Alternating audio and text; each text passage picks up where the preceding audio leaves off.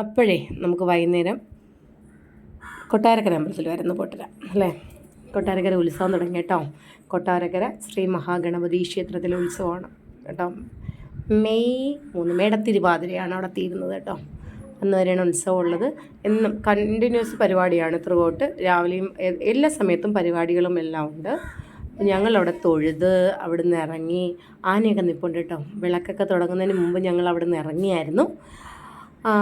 അത് കഴിഞ്ഞിട്ട് ഞങ്ങൾ നേരെ പോയത് KFCയിലേക്കാണ് കേട്ടോ. കൊട്ടാരക്കര KFC പോയി അവിടെ നിന്ന് കുറച്ച് കഴിക്കുകയൊക്കെ ചെയ്തതിന് ശേഷം പിന്നെ ഞങ്ങൾ നമ്മുടെ മോഹൻലാലിൻ്റെ പുതിയ സിനിമ തുടരും കാണാൻ അന്ന് റിലീസായിരുന്നു. ഞങ്ങളൊരു വെള്ളിയാഴ്ചയാണ് പോയത്. അന്ന് റിലീസായിരുന്നു. അങ്ങനെ അത് കാണാനായിട്ട് പോയതാണ്. നല്ല സൂപ്പർ സിനിമയാണ് കേട്ടോ. കാണാത്തവരുണ്ടെങ്കിൽ ഒരുവിധം എനിക്ക് തോന്നുന്നു എല്ലാ ഫാമിലി ഓഡിയൻസും കാണാൻ പോകുന്നുണ്ടെന്ന് തോന്നുന്നു ഇപ്പം കണ്ടിട്ട്. അപ്പം എല്ലാവരും പോയി കാണുക. കാരണം അത്ര മനോഹരമായ സിനിമയാണ്. ഞാൻ ഇതിനു വേണ്ടി ഒരു റിവ്യൂ ഇടണം എന്ന് വെച്ചതാണ്, പക്ഷേ ഇല്ല, ഇതിൻ്റെ കൂട്ടത്തിൽ അങ്ങ് പറയാം.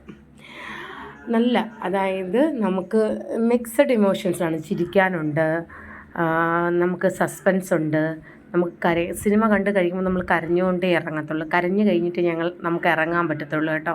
എനിക്ക് പൊതുവേ കുറച്ച് കണ്ടാൽ തന്നെ ഞാൻ കരയും പെട്ടെന്ന്.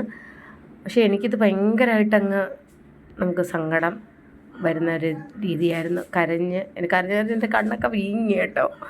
അത്രയ്ക്കുണ്ടായിരുന്നു. അങ്ങനെ അതൊക്കെ കണ്ട് എല്ലാവരും പോയി കാണുക. നല്ല സിനിമ. എന്താ മോഹൻലാലിൻ്റെ ഒരു തിരിച്ചു വരവൊന്നും ഞാൻ പോലെ മോഹൻലാൽ എപ്പോഴും മോഹൻലാൽ തന്നെ.